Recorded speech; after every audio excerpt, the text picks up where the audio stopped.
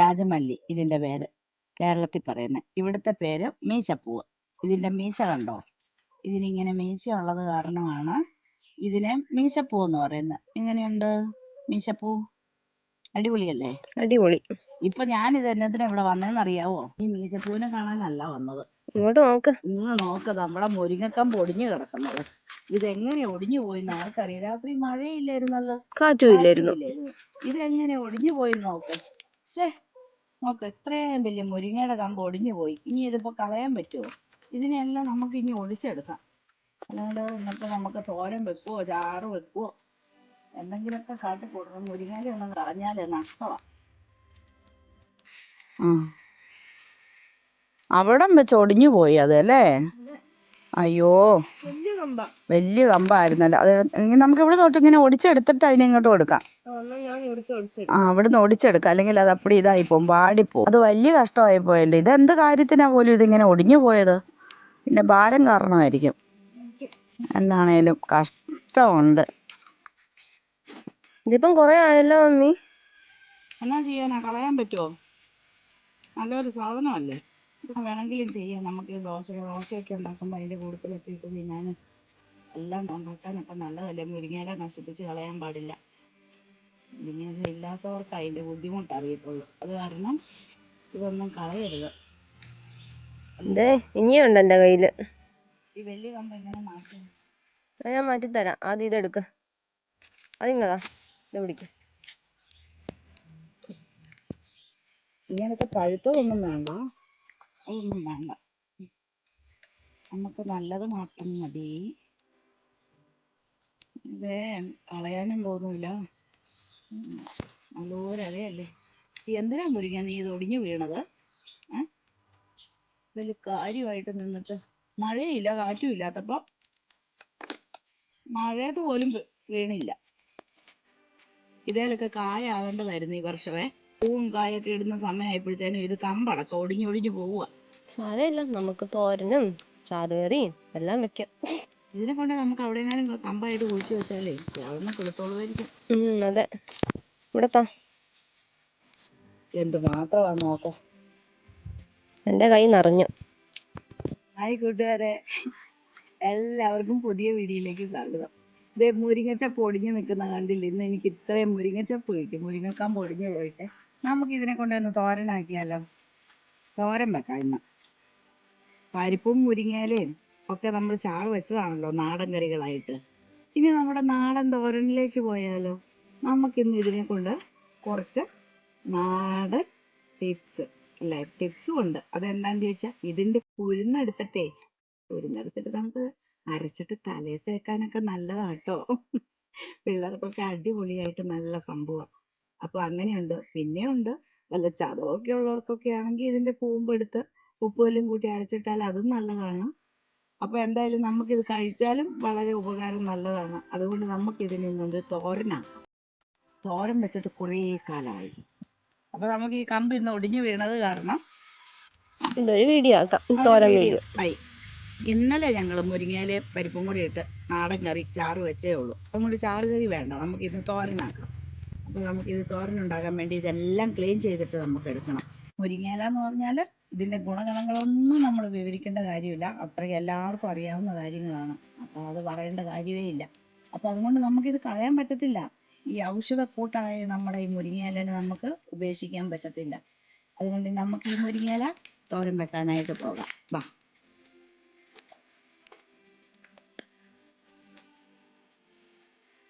അപ്പോഴേ നമ്മുടെ ഒടിഞ്ഞു പോയ മുരിങ്ങക്കമ്പ് നമ്മൾ അതിൻ്റെ ഇല എല്ലാം എടുത്തുകൊണ്ട് വന്നിട്ട് ഇവിടെ നമ്മളത് നല്ലപോലെ ക്ലീൻ ചെയ്ത് ഊരി കുറച്ച് എടുക്കുവാണേ.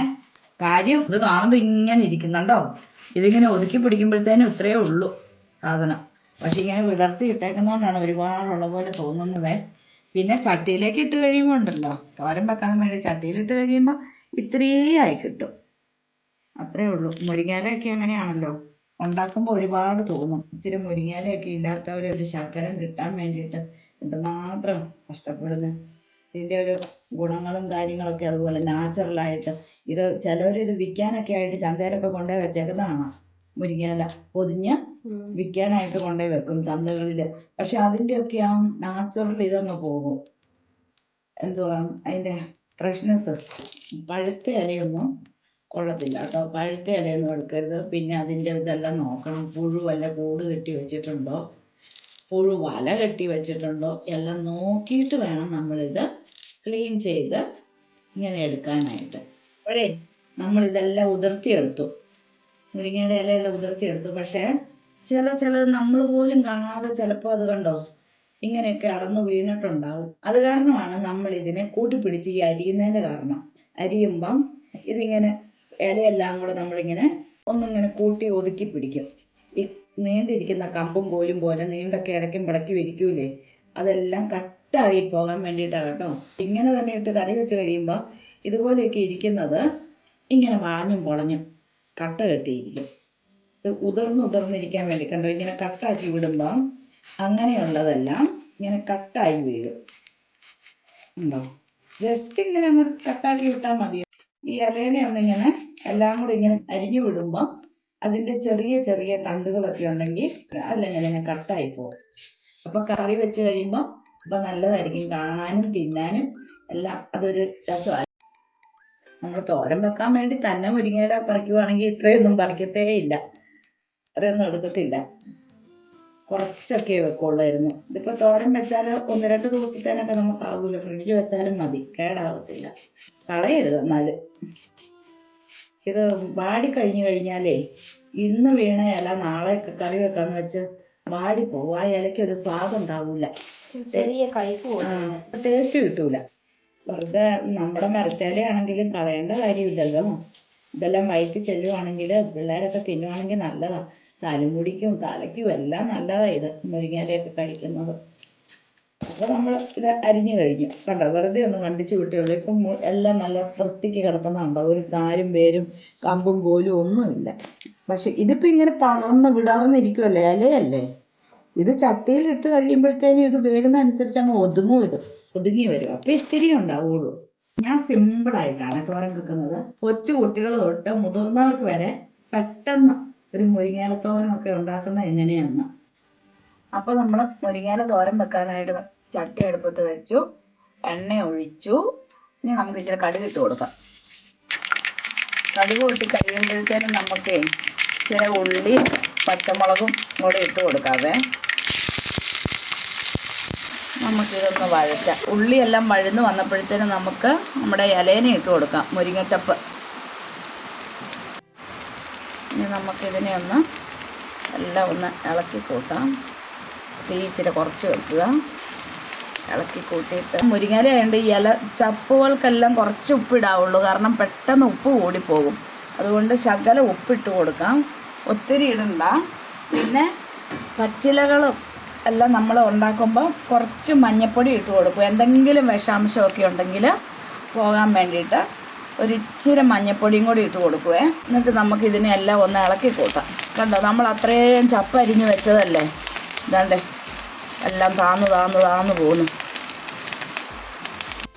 അപ്പോഴേ നമ്മുടെ ചപ്പ് നോക്കിയേ ഇട്ട് കൊടുത്തപ്പോൾ എന്ത് മാത്രം ഉണ്ടായിരുന്നെന്ന്. ഇപ്പം എന്തോരം കുറവായി നോക്കിയേ. ഇനി ഞാൻ പറഞ്ഞില്ല ഞാൻ എളുപ്പത്തിനാണ് ഇവിടെ തോരൻ വെക്കുന്നതെന്നാണ്. മുരിങ്ങയിലൊക്കെ പെട്ടെന്ന് എളുപ്പത്തിന് തോരൻ വെക്കും. ഇനി ഞാൻ ഇതിനകത്തോട്ട് തേങ്ങ ഇട്ട് കൊടുക്കാൻ പോവാം കേട്ടോ. തേങ്ങ ഇങ്ങനെ കൈ കൊണ്ട് അങ്ങോട്ട് ഞെരടി ഇടും. ഇങ്ങനെ മുളകും ഉള്ളിയൊക്കെ ചേർത്തതല്ലേ, അപ്പോൾ ഇങ്ങനെ ഞെരടി ഇട്ടിട്ട് ഇതിനെ നമ്മൾ ഈ തേങ്ങേനെ വേകാൻ വേണ്ടിയിട്ട് ഇതിനിങ്ങനെ നമ്മൾ കൊത്തിക്കൂട്ടി എന്ന് വെച്ച് കുറച്ച് നേരം ആവി കയറി വരുമ്പോൾ നമുക്കെല്ലാം ഇളക്കി ഇട്ട് കൊടുക്കാം. അപ്പോൾ ഒരുപോലെയാകും. ഇവിടെ ഞങ്ങൾക്ക് ഇവിടെ മഴ തുടങ്ങി കേട്ടോ, നല്ല മഴ പെയ്യാൻ തുടങ്ങിയിട്ടുണ്ട് ഈ സമയത്ത്. മഴ ഡിസംബറിൽ എന്തൊരു മഴ ഇത്. നമുക്ക് തട്ടിപ്പൊട്ടി ഇങ്ങനെ മൂടി വെച്ച് കൊടുക്കാം. അപ്പോൾ നമുക്ക് അതിനെ ഒന്ന് ഇളക്കിയിട്ട് കൊടുക്കാം. കണ്ടോ നമ്മുടെ മുരിങ്ങയില കണ്ടോ, ഇലയല്ലേ, ഇലകൾക്ക് അധികം വേവില്ല. ഒന്ന് ആവി തട്ടുമ്പോഴത്തേനും ഇലകൾ വാടും. അപ്പം നമ്മുടെ പിന്നെ ഈ തേങ്ങയും ഈ ഉള്ളിയൊക്കെ ഒന്ന് ഇതാകാൻ വേണ്ടിയിട്ടുള്ള സമയമുള്ളൂ. കണ്ടോ, നമ്മൾ അരച്ചിടാതെ ഒതുക്കിയിടാതെ മുരിങ്ങയില എങ്ങനെ തോരൻ വെച്ചെന്ന് കണ്ടോ. ഇങ്ങനെയാണ് എളുപ്പം മുരിങ്ങയില തോരൻ ഉണ്ടാക്കുന്നത്. അപ്പോഴേ നമ്മുടെ മുരിങ്ങയില തോരൻ്റെ കൂട്ടത്തിൽ ഇനിയൊരു നല്ലൊരു ടിപ്പാണ്. ടിപ്പെന്ന് പറഞ്ഞാൽ നല്ലൊരു കോമ്പിനേഷൻ ആക്കാൻ പോവാണ് ഞാൻ. മുരിങ്ങയിലയുടെ കൂട്ടത്തിൽ ഒരു മുട്ട കുത്തി ഒഴിച്ചിട്ടാൽ ഇതുണ്ടോ, മുരിങ്ങയിലക്കറിക്ക് ടേസ്റ്റ് കൂടും. മുരിങ്ങയില തോരന് കറിക്ക് ടേസ്റ്റ് കൂടാൻ വേണ്ടിയിട്ടാണ് ഇങ്ങനെ കാണിക്കുന്നത്. മുരിങ്ങയിലയും മുട്ടയും കൂടെ ഭയങ്കര ഒരു കോമ്പിനേഷനാണേ. അപ്പോൾ ഇങ്ങനെ കഴിച്ചിട്ടില്ലാത്തവരും ഉണ്ടാക്കിയിട്ടില്ലാത്തവരും ഇതൊന്ന് ചെയ്ത് നോക്കണം കേട്ടോ.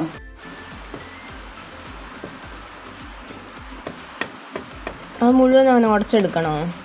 അതിനെ നമ്മളിങ്ങനെ തോരൻ്റെ കൂട്ടത്തിൽ ഇങ്ങനെ ഇതാക്കി എടുക്കണം, തോരൻ പോലെ യോജിപ്പിക്കുന്ന. പിന്നീട് മുട്ടേനെ ഇങ്ങനെ തുറത്തിയെടുക്കണം. കണ്ടില്ലേ ഉണങ്ങി വരുന്നേ. നമ്മൾ ഈ മുട്ട ബുർജിയൊക്കെ ഉണ്ടാക്കുന്ന പോലെ അല്ലേ? ഞാനിപ്പോൾ ഒരു മുട്ട എടുത്തിട്ടുള്ളൂ. 2 മുട്ടയൊക്കെ വരെ ആകും ഇത്രയും തോരന്. ഒരെണ്ണം മതി. കണ്ടോ ആയി വരുന്നതുണ്ടോ?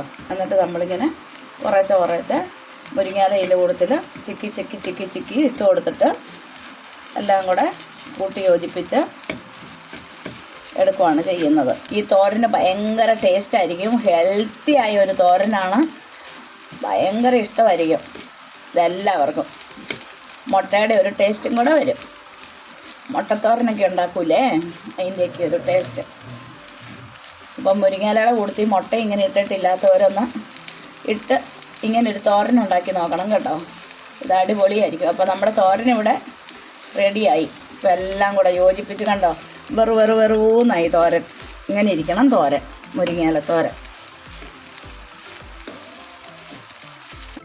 അപ്പോൾ നമ്മുടെ മുരിങ്ങയില മുട്ടത്തോരൻ ഇവിടെ റെഡി ആയിട്ടുണ്ട് കേട്ടോ. അടിപൊളിയാണ്. എല്ലാവരും ഒന്ന് ട്രൈ ചെയ്ത് നോക്കണേ. നിങ്ങൾക്ക് എല്ലാവർക്കും ഇഷ്ടപ്പെട്ടെങ്കിൽ ഞങ്ങൾക്കും ഒരു ലൈക്ക് തരണം, ഷെയർ ചെയ്യണം, സബ്സ്ക്രൈബ് ചെയ്യണം, കമൻറ്റ് ചെയ്യണം. പിന്നെ ഈ തോരനൊന്ന് നിങ്ങൾ ട്രൈ ചെയ്യുകയും ചെയ്യണം. നല്ല അടിപൊളി, ഹെൽത്തിന് നല്ല ഇതാട്ടോ ഈ മുട്ട കൂട്ടി മുരിങ്ങയില തോരൻ ഇങ്ങനെ ഉണ്ടാക്കുന്നത്.